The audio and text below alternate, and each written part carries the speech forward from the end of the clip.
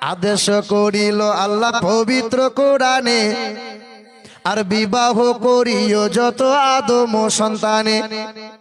আরে কোরআনে আদেশ আল্লাহ যদি না করিত, আরে মানুষের বংশ সব ধ্বংস হয়ে যেত।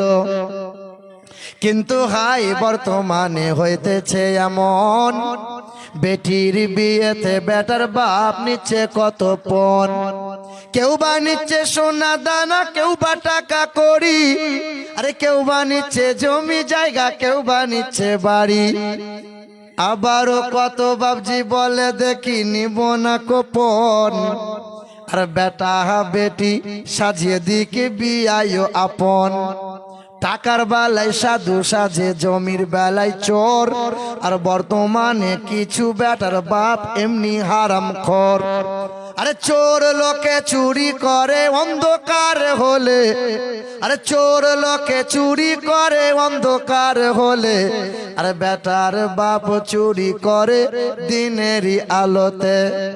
কত মানুষের যে হু হু করে জ্বলছে ভেতরটা, আর মনে মনে গাল দিচ্ছে। আরে চোর লোকে চুরি করে অন্ধকার হলে, আরে বেটার বাপ চুরি করে দিনেরই আলোতে।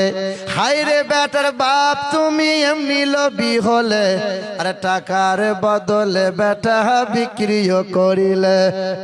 আরে পীরগঞ্জ বাজারে শুনে বিক্রি হয় পাঁঠা, আরে পাঁঠার মতো বিক্রি করো তোমরা নিজের বেটা।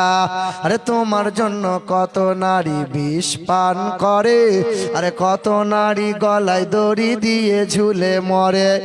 এর জন্য কে বাদাই জানো ছেলের বাপ, আরে বেটির বাপের কাছে নিচ্ছ তুমি শত শত অভিশাপ।